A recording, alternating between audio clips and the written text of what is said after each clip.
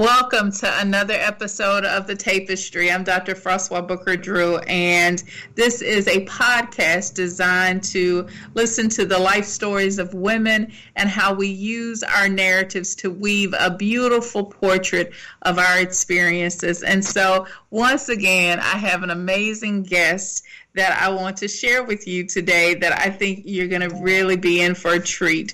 And Valerie Hope and I just recently met and clicked, and so I want to tell you a little bit about her before we get into our conversation. Valerie is a CEO, leadership coach, and professional speaker. Being a curious and creative learner has set Valerie apart in becoming an accomplished leadership coach and professional speaker. Her winning combination features engaging with individuals and groups to empower them to discover, develop, and contribute their talents to the planet.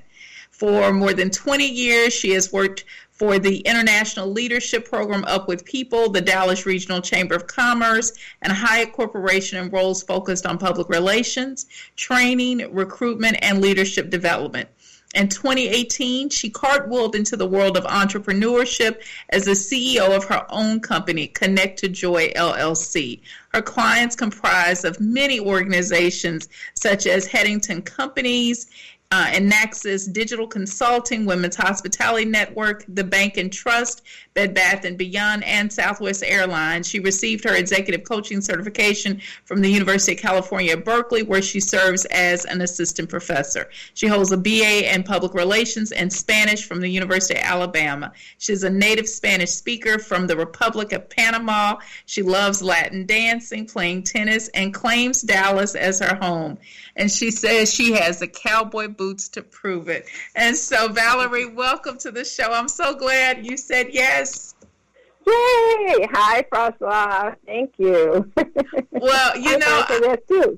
Well, and I was just on your podcast, so we're doing this thing of love with each other. And, you know, when we first started our conversation, we just really clicked. And and I want to, you know, share that energy today because I'm fascinated about your background. And so talk about coming from Panama to the United States and what that experience has been like for you.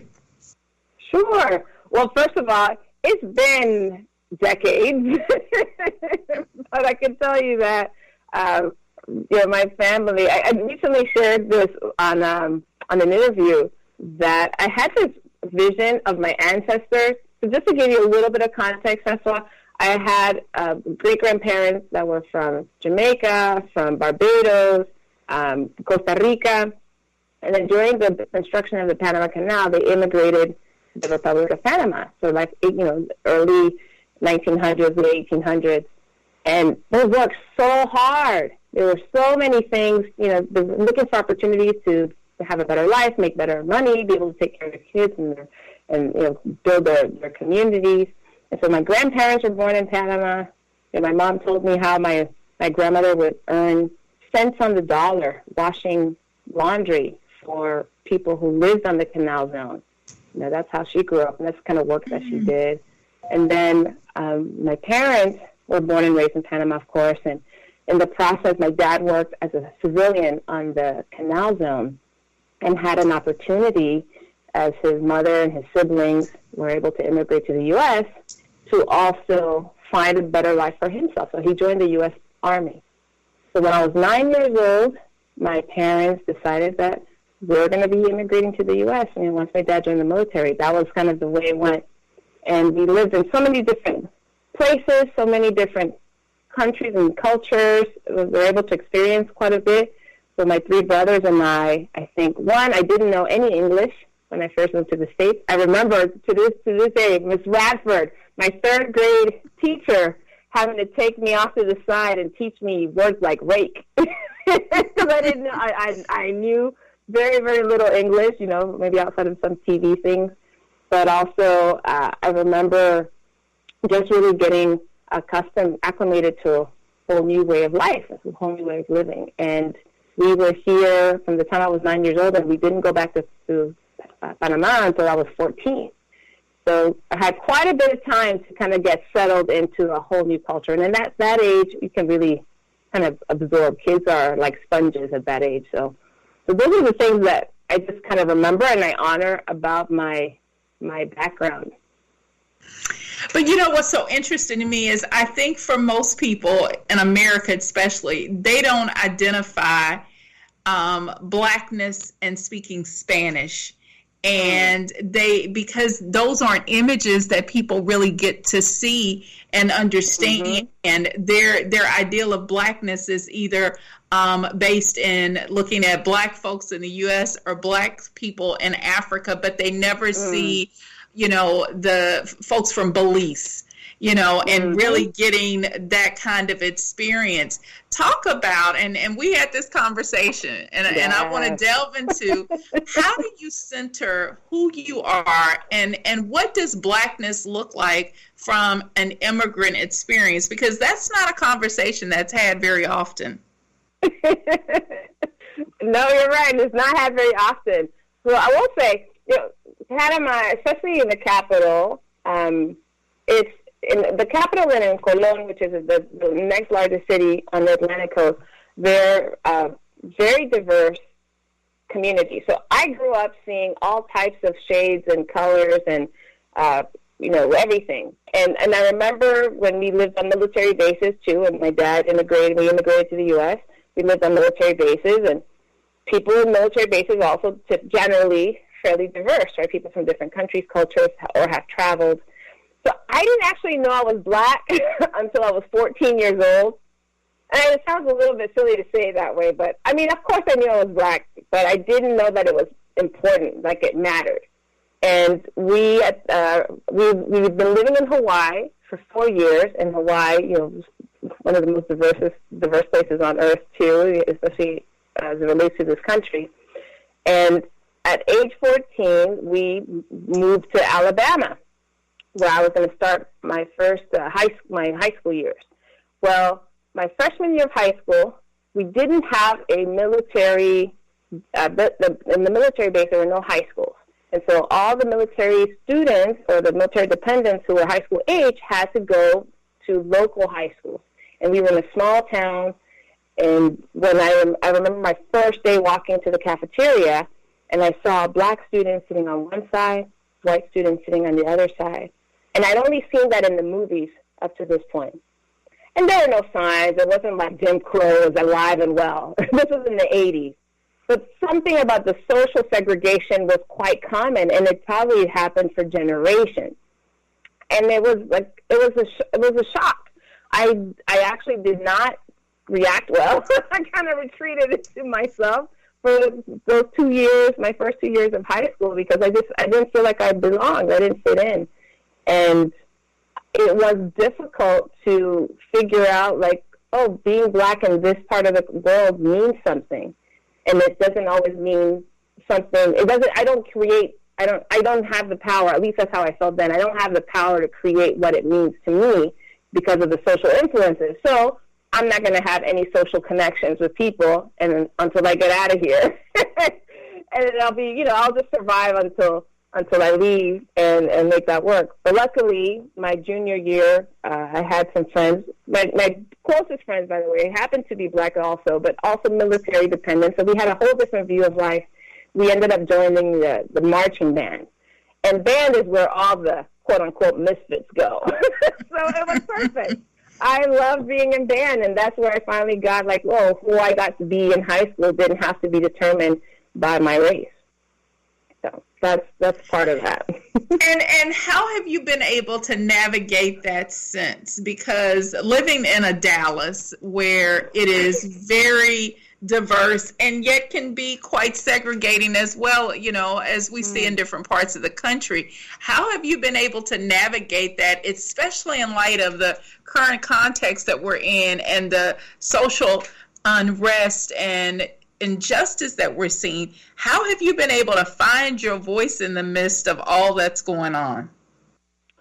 Well, the good news is that I've grown quite a bit in my maturity and my exposure since I was in high school. So I'm no longer shocked by that.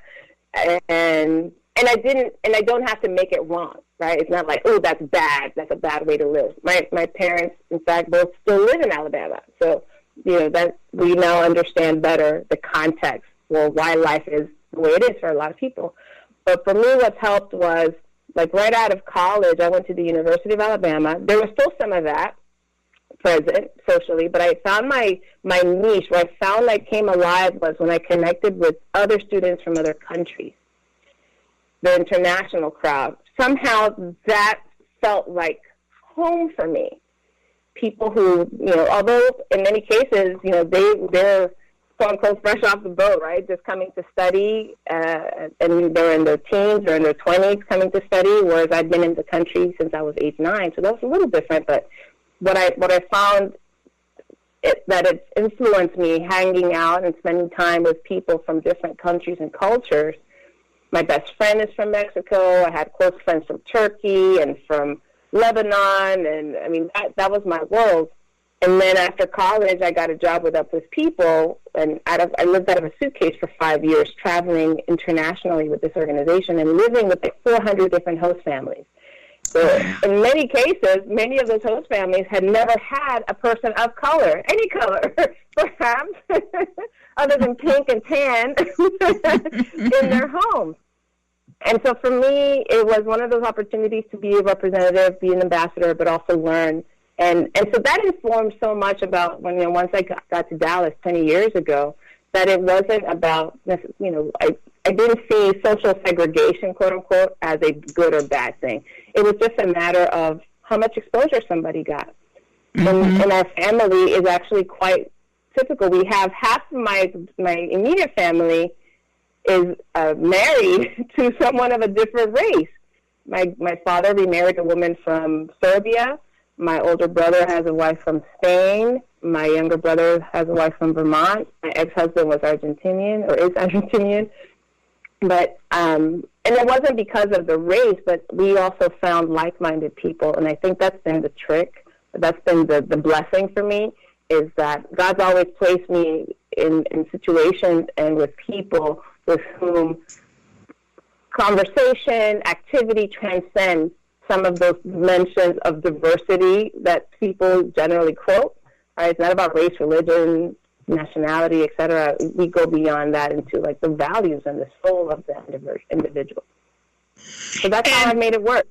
and one of the things that I do know about you is that your circle of influence is very diverse, and we're similar in that, because I typically have a very eclectic group of friends who are all over so many different spectrums of thinking, and like you, it's this ability to connect beyond what I see, and being able to connect to them mentally and spiritually and emotionally is so important. But talk about, why is it important to have diverse people in our circles of influence? Because we know that there's a transference of information that you have access to with people being different than being around homogeneous groups of people. But how has that shown up you've talked about it some, but how has that shown up in your life and in your work, and why is it important? Wow. First of all, I think that the basic premise is that as human beings, we are far more powerful, far more expansive than we actually show ourselves to be in many cases. I think as an individual, right, there's opportunities for us because of how we were raised or how we were educated and the things that we've done, experiences that we've had, and we can move in certain ways. But those certain ways are still limited by the constraints of what we believe or how we were raised or how we were educated, the experiences that we have. When we connect people that have other experiences, raised in other ways, have a different diet,